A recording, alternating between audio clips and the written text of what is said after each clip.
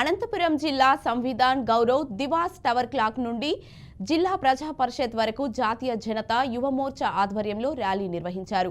రాజ్యాంగ పీఠికలో మొదటి సంతకంతో మొదలుపెట్టి చివరి పేజీలో సంతకంతో సహా పూర్తి బాధ్యత వహించారని డాక్టర్ బిఆర్ అంబేద్కర్ కోరిన కోరిక ఒకటే, మొదటి పేజీలో తన సంతకం, చివరి పేజీలో ఉన్న సంతకం మాత్రమేనని బీజేపీ జిల్లా అధ్యక్షులు కొనగొండ్ల రాజేష్ గుర్తు చేశారు.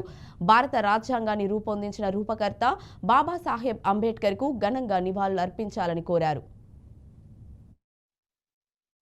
దినోత్సవం సందర్భంగా కేంద్ర ప్రభుత్వం పిలుపు మేరకు సంవిధాన్ దివస్ ర్యాలీ దేశవ్యాప్తంగా జరుపుకోవాలని, ఈ వారోత్సవాలు ఘనంగా నిర్వహించుకోవాలని జనతా పార్టీ యువ మోర్చా ఆధ్వర్యంలో ఈ విద్యార్థులని ఈరోజు ర్యాలీగా అనంతపూర్ టవర్ క్లాక్ నుంచి సప్తగిరి సర్కిల్ వరకు ర్యాలీ నిర్వహించడం జరుగుతుంది. ఈ రాజ్యాంగ దివస్ గురించి ప్రజలందరికీ మరొకసారి తెలియజేయాలా.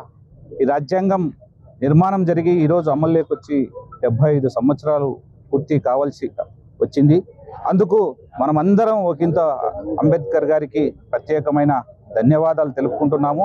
అలాగే ఈ రాజ్యాంగ స్ఫూర్తిని ప్రతి ఒక్క భారతీయ పౌరులను మనం కలిగించాలనే ఒక మంచి సంకల్పంతో ఇప్పుడు కేంద్ర ప్రభుత్వం ఈ నిర్ణయం తీసుకోవడం మంచి శుభ పరిణామం.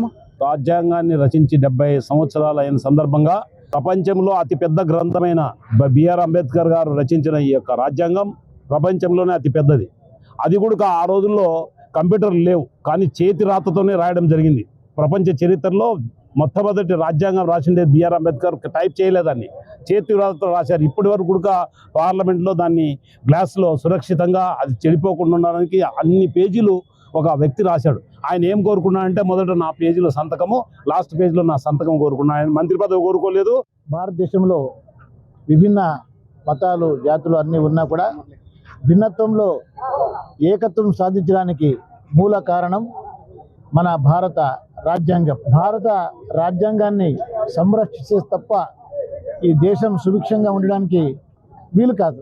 ఈ సందర్భంగా ఆ రాజ్యాంగాన్ని డ్రాఫ్టింగ్ కమిటీ చైర్మన్గా ఉన్నటువంటి ఆ రోజులలో దివంగత భారతరత్న బాబాసాహెబ్ అంబేద్కర్ గారికి ఈరోజు నివాళి అర్పిస్తూ, ఈ దేశంలో ఉన్న ప్రతి మతానికి కూడా గ్రంథాలు ఉన్నాయి. భగవద్గీత హిందువులకి, ఖురాన్ ముస్లింలకి, బైబుల్ క్రిస్టియన్స్కి, గురు గ్రంథ్ సాహెబ్ సిక్కులకి, ఈ విధంగా. కానీ ప్రతి ఒక్క మతానికి ఒక గ్రంథం ఉన్నట్టు భారతీయులందరిది కూడా ఉన్నది ఒక గ్రంథం, మహాగ్రంథం. అదే మన సంవిధానం లేదా రాజ్యాంగం.